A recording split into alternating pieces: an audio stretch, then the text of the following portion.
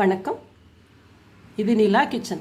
இன்றைக்கி நாம் ஒரு இன்ட்ரெஸ்டிங்கான பிரேக்ஃபாஸ்ட் ரெசிபி தான் பார்க்க போகிறோம். கேழ்வரகுல புட்டு குயிக்காக பண்ணுறதுக்கு, டேஸ்ட்டாக பண்ணுறதுக்கு எப்படி பார்க்கலாம்.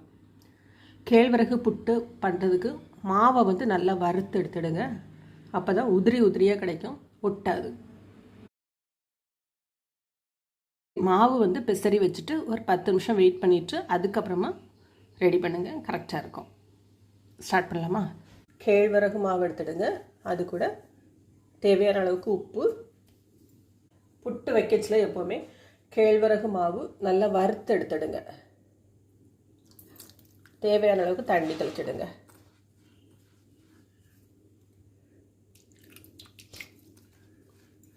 தண்ணி தெளித்து மிக்ஸ் பண்ணுங்க. இந்த அளவு கரெக்டாக இருக்கும். இதே போல் சாஃப்டாகிட்டு பிசைஞ்சு வச்சுடுங்க. ஒரு 5 நிமிஷம் அப்படியே மூடி போட்டு வச்சுருங்க. 5 நிமிஷம் ஆயிடுச்சு. இப்போ பாருங்கள், இது சிரட்டை புட்டு. சில்லு போட்டுடுங்க. அடியில் தேங்காய், மேலே புட்டு, கேழ்வரகு மாவு, தேங்காய், மறுபடியும் மாவு.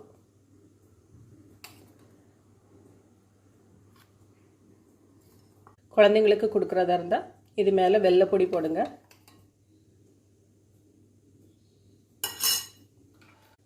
ஃபைனலாக கொஞ்சம் தேங்காய்.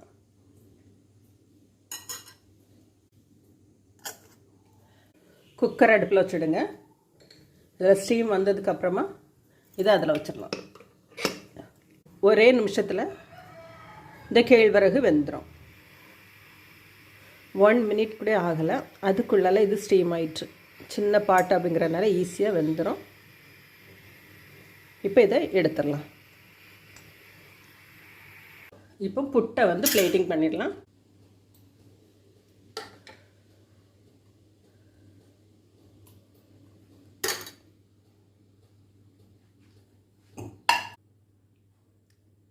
பார்க்குறதுக்கே ஒரு லுக்காக இருக்கும், சாப்பிட்றதுக்கும் நல்லாயிருக்கும்.